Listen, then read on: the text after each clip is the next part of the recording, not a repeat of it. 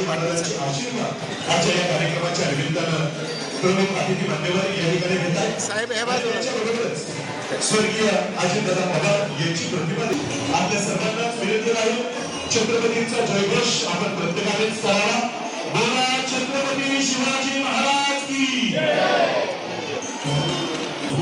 या ठिकाणी संपन्न होतो.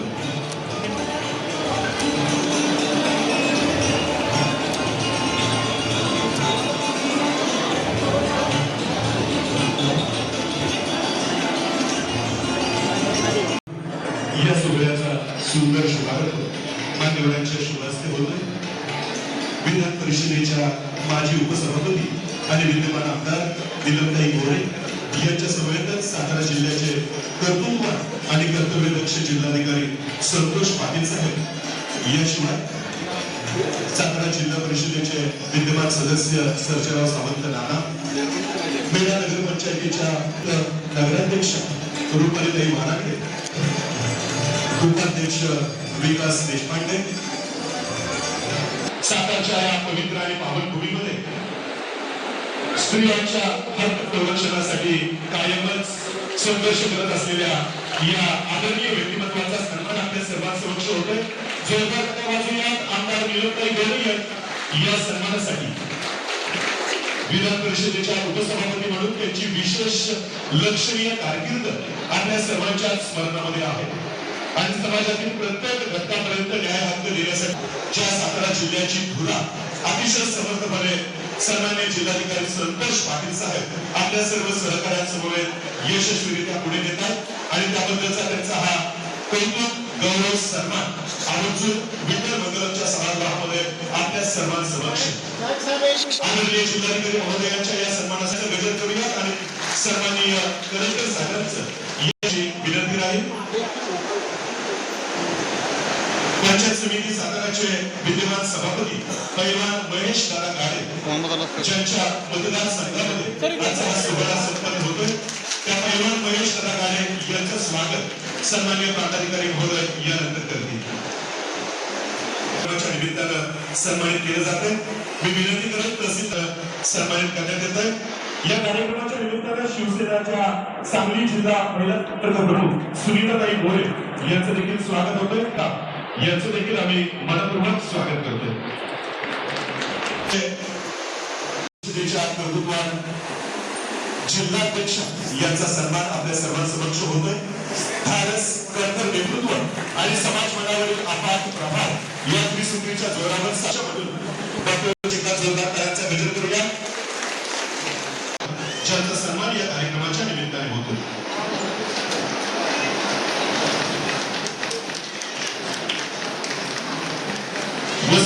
सातारा जावली विधानसभा च्या अनुषंगाने या ठिकाणी माननीय मुख्यमंत्री महोदय देवेंद्रजी फडणवीस साहेब यांचा जन्मदिवस व आपले माजी उपमुख्यमंत्री स्वर्गीय अजितदादा पवार यांच्या जयंतीच्या औचित्याने सातारा विधानसभा मतदारसंघाकरता आजच्या या छत्रपती शिवाजी महाराज महसूल समाधान शिबिर अभियान या अभियानाच्या आजच्या या कार्यक्रमाला असलेले आपण सर्वजण या ठिकाणी जमलेल्या माझ्या महिला भगिनी आणि या ठिकाणी माझे ज्येष्ठ नागरिक मार्गदर्शक या सर्व लिंग जिल्हा परिषदातून आलेले सर्व प्रमुख अधिकारी या सर्वांचं मी प्रथमतः या कार्यक्रमाच्या निमित्ताने हार्दिक असे स्वागत करतो.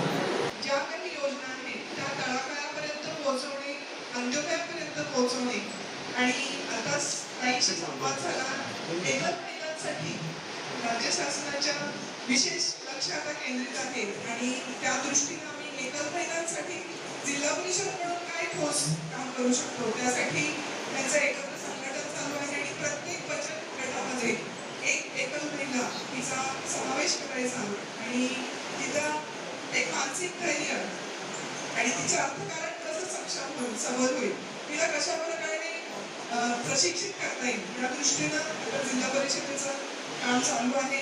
प्रत्येक विधानसभा मतदारसंघामध्ये 15 ते 20,000 लाभ आपण पोहोचू शकणार आहोत. वाई विधानसभा मतदारसंघामध्ये जवळपास 14,500 लाभार्थ्यांपर्यंत आपण लाभ पोहोचवण्यामध्ये यशस्वी झालेलो होतो. आजचा आकडा प्रांताधिकारी सर किती आहे?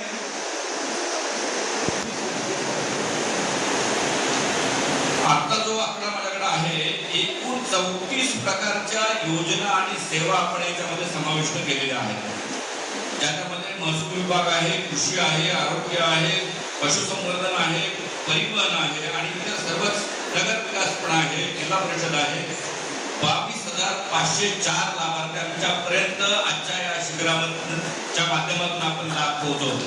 हा आकडा मी यासाठी आवर्जून सांगितलेला आहे की उर्वरित 6 विधानसभा ज्या आमच्या जिल्ह्यातल्या राहिलेल्या आहेत त्यांच्या प्रांताधिकाऱ्यांना, त्यांच्या तहसीलदार, BDOंना हा संदेश आहे की पुढचा आकडा यापेक्षा मोठा असला पाहिजे. किमान आपण 1 लाखाचा टप्पा आपल्या जिल्ह्यामध्येच पार पडण्याचा आपला उद्देश असणार आहे. आणि शेतकरी कर्जमुक्ती अभियानाला नुकतीच सुरुवात झालेली आहे आणि साताऱ्यामध्ये सुद्धा काही शेतकऱ्यांना त्याचा लाभ मिळालेला आहे. माझे शिबिर आहे, त्या शिबिरामध्ये शेवटी आपल्या लाभधारकांना सुद्धा विविध कागदपत्रांचं वाटप होणार आहे. आणि मला विशेष दिसत आहे की बांधवांच्या बरोबरच महिलांची संख्या खूप मोठी आहे. मला खात्री आहे त्याच्यात काहीतरी लाडक्या बहिणी सुद्धा असतील. ज्या लाडक्या बहिणी असतील तर त्यांच्याकडे हात वळवण्याचे कागदपत्रांचे शिबिर आयोजित करण्याची सगळी संकल्पना आहे. त्याचबरोबर त्याचे वेगळ्या प्रकारचे नियोजन सन्माननीय महसूल मंत्री चंद्रशेखर बावनकुळे यांनी केलेले आहे. त्यांनी विधान परिषदेच्या आमदारांवरती काही जिल्ह्यांच्या जबाबदारी काढलेल्या आहेत. त्याच्यामध्ये साताऱ्याची जबाबदारी माझ्यावरती प्रभारी आमदार म्हणून इथे ठेवलेली आहे. विधान परिषदेच्या कामकाजानंतर बरेच काही घटना घडलेल्या आहेत.